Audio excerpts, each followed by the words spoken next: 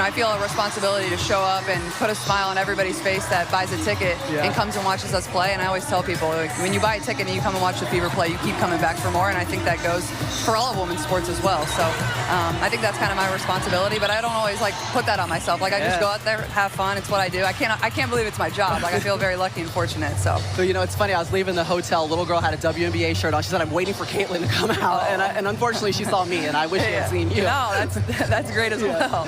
Listen, we were talking about should expansion. have brought her with you. I should have. You're right. I should have given her a credential. Next time, I got you.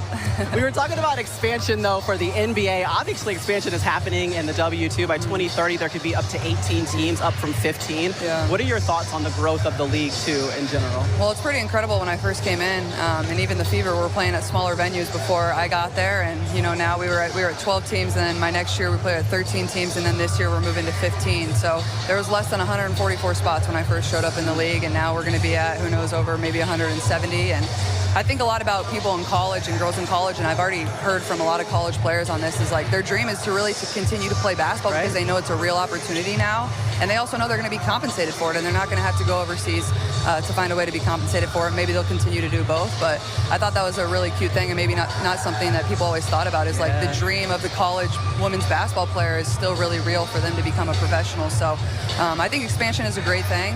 I'm excited to see where it goes. I think Cleveland's getting a team.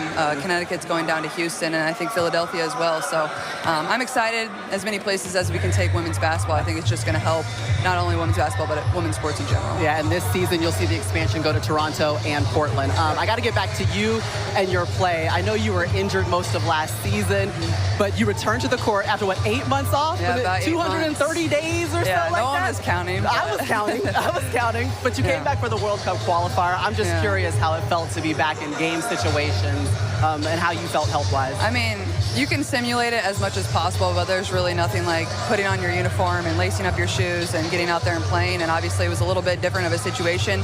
Usually I would have done that with my WNBA team, but doing it at the senior national team level and making my debut obviously added another element of maybe a little anxiety or nervousness. But more than anything, I really did feel like myself. I feel really healthy, and a lot of people put in a lot of time to help me get back there. And it's crazy to think it was 8 months. And more than anything, just excited for the W season. I miss getting to play in front of all the fans in every single city, and especially our favorite fans in Indianapolis. And it's funny, when she says feel like herself, she means the MVP of the World Cup qualifier. No big deal, no big deal.